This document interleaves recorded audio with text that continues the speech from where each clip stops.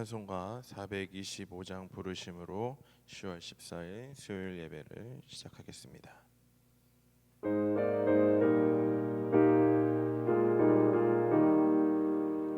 주님의 뜻을 이루소서.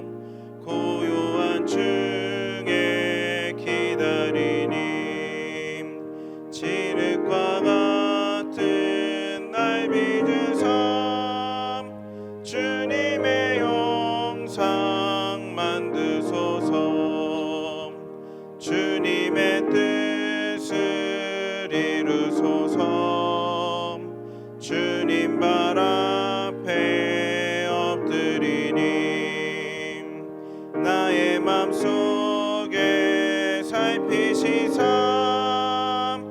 눈보다 이게 하옵소서. 주님의 뜻을 이루소서.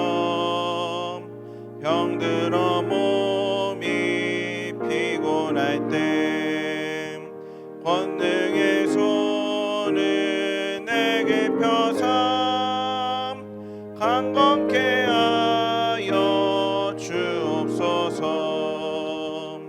주님의 뜻을 이루소서.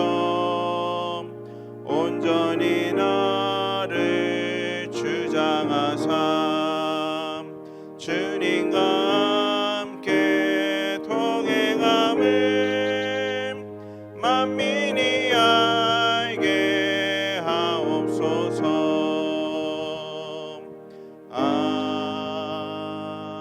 아멘. 신앙 고백하겠습니다. 전능하사 천지를 만드신 하나님 아버지를 내가 믿사오며 그 외아들 우리 주 예수 그리스도를 믿사오니 이는 성령으로 잉태하사 동정녀 마리아에게 나시고 본디오 빌라도에게 고난을 받으사 십자가에 못 박혀 죽으시고 장사한 지 사흘 만에 죽은 자 가운데서 다시 살아나시며 하늘에 오르사 전능하신 하나님 우편에 앉아 계시다가 저리로서 산자와 죽은 자를 심판하러 오시리라. 성령을 믿사오며 거룩한 공회와 성도가 서로 교통하는 것과 죄를 사하여 주시는 것과 몸이 다시 사는 것과 영원히 사는 것을 믿사옵나이다. 아멘. 사랑과 은혜가 충만하신 하나님, 오늘도 주님 앞에 나와 기도하며 예배합니다. 저희들 모두가 하나님 앞에 예배드리고자 하는 마음이 강하여 더 주님 앞에 예배드리고자 하오니 주님 이 예배를 받아주시옵고 저희들의 마음이 온전히 주님 앞에 연락될 수 있게 하옵소서. 주님을 사모하는 그 마음 변치 않게 하여 주시옵고 하루속히 주님의 전에 나와 주님 앞에 엎드려 기도할 수 있도록 부르짖으며 기도하고 입술에서 기쁨으로 찬양할 수 있도록 주님 이 상황을 이겨낼 수 있는 힘을 허락하여 주셨고 이 나라 모든 민족이 이 상황에서 승리하고 하나님 앞에 나아갈 수 있도록 붙들어 주시옵고 인도하여 주시옵소서. 오늘도 모든 것을 주님께 맡깁니다. 나 혼자 힘으로 할 수 없음을 고백하고 주님 앞에 엎드려 기도하며 주님과 함께 나아가겠사오니 오늘도 붙잡아 주시옵소서. 예수님의 이름으로 기도드렸습니다. 아멘. 오늘 우리에게 주신 하나님의 말씀은 예레미야 48장 20절로 25절까지의 말씀입니다. 예레미야 48장 20절로부터 25절까지의 말씀을 제가 봉독해 올리겠습니다. 모압이 패하여 수치를 받나니 너희는 울면서 부르짖으며 아르논가에서 이르기를 모압이 황폐하였다 할지어다. 심판이 평지에 이르렀나니 곧 홀론과 야사와 메바악과 디본과 느부와 벳디블라디움과 기란타임과 벳가물과 벳무온과 그리옷과 보스라와 모압 땅 원금 모든 성읍에로다. 모압의 뿔이 잘렸고 그 팔이 부러졌도다. 여호와의 말씀이니라. 아멘.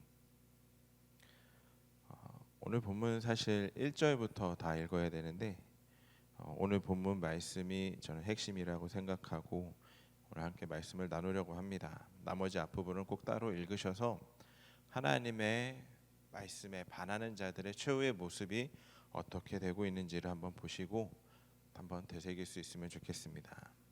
자, 모압은 느부갓네살 왕 당시에 바벨론 편에 섰지만 결국 바벨론과의 관계가 깨어지면서 나라의 기반이 무너지고 몰락하게 됩니다. 그래서 예레미야 선지자는 모압이 패망하게 된 이유를 두 가지로 이야기를 하는데, 첫 번째로 평탄했던 삶이 가져온 스스로 높아지려는 마음 때문에 무너졌다고 합니다. 자, 모압은 예레미야에 의하면 모압에 대해 여지껏 포로로 잡혀본 경험도 없이 평안하게 살아왔기 때문에 그 스스로 높아지려는 그 마음 때문에 그 모압은 안 좋은 마음을 품게 되었다고 이야기하며 꾸짖고 있습니다. 모압과 같이 아무런 고난을 겪지 않고 살아온 사람들이 빠지기 쉬운 죄가 바로 스스로 높아지려는 마음, 교만이라는 것이죠. 평생 평탄하게 살았던 사람들은 하나님 없이도 잘 살 수 있다고 말하고 또 생각을 하고 그렇게 고백을 하며 살아갑니다. 늘 평안했던 모압 사람들에게 하나님은 필요한 존재였을까요? 하나님은 필요하지 않은 존재였습니다. 하나님이 없어도 그들의 삶은 평안했기 때문에 하나님이 그렇게 원하지 않고 있었습니다. 그리고 그들은 자신들이 누리던 그 평안은 그모스 여신이라는 그 신이 자신들을 보호해 주었기 때문이라고 생각을 하고 있습니다. 그뿐만이 아니라 자국의 군사들이 용맹하고 능란하여 주변 나라들이 함부로 자신들을 넘보지 못하기 때문이라고 생각을 했습니다. 하나님께서는 마침내 그 모압의 교만함을 심판하시기 위해 그들이 자랑하던 견고한 성읍을 무너뜨렸고 용맹을 자랑하던 그 장정들이 죽임을 당하게 됩니다. 그리고 그들이 믿고 의지하던 그모스에 대한 믿음이 헛된 것임을 깨닫게 하셨습니다. 자, 교만함은 평탄한 일상을 살아가는 사람들이 빠지기 쉬운 죄 가운데 하나입니다. 특히 물질의 풍요 속에 살아가는 사람들에게는 영적인 안일함이 찾아오기 아주 쉽습니다.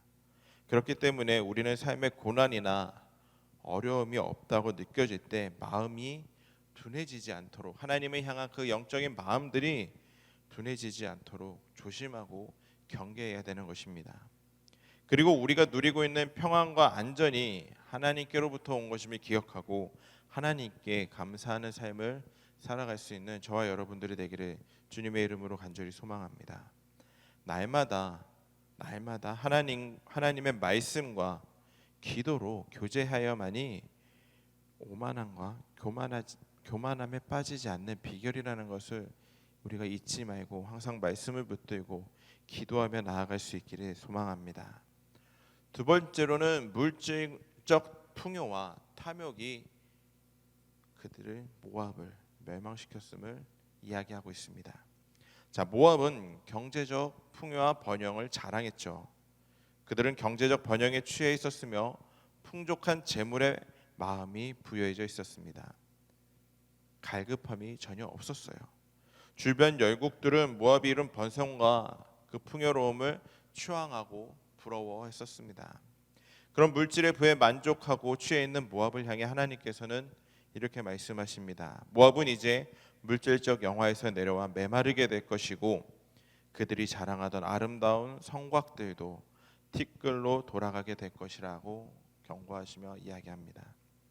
하나님께서는 모압 민족을 심판하심으로 부와 재력이 사람을 보호하지는 못한다는 것을 보여주고 있습니다.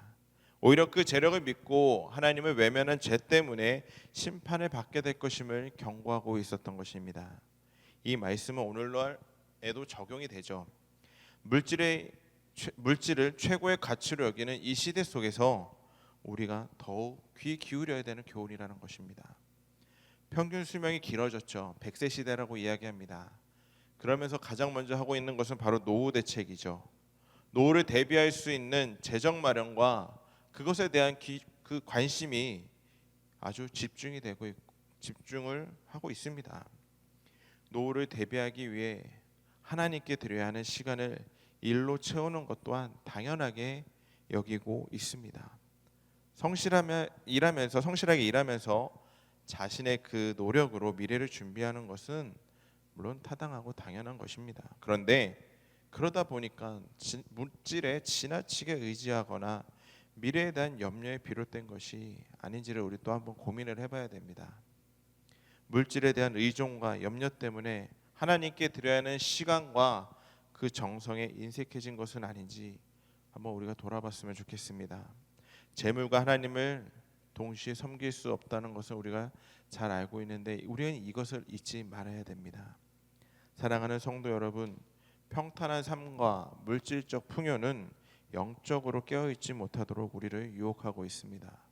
그냥 편안하게 가난하지도 않고 많이 부하지도 않고 그냥 평안하게 살아갈 때도 우리에게는 이러한 위험들이, 유혹들이 계속해서 찾아옵니다.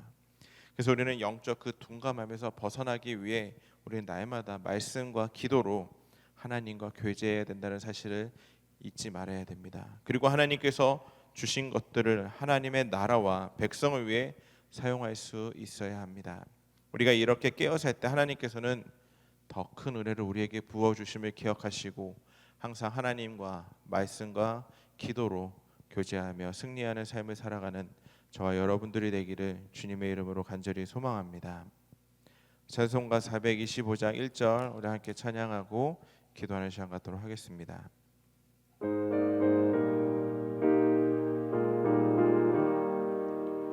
주님의 뜻을 이루소서. 고요한 중에 기다리니 진흙과 같은 날 빚으사 주님의 영상 만드소서. 우리 주여 세 번 간절히 부르짖고 함께 기도하겠습니다. 주여, 주여, 주여.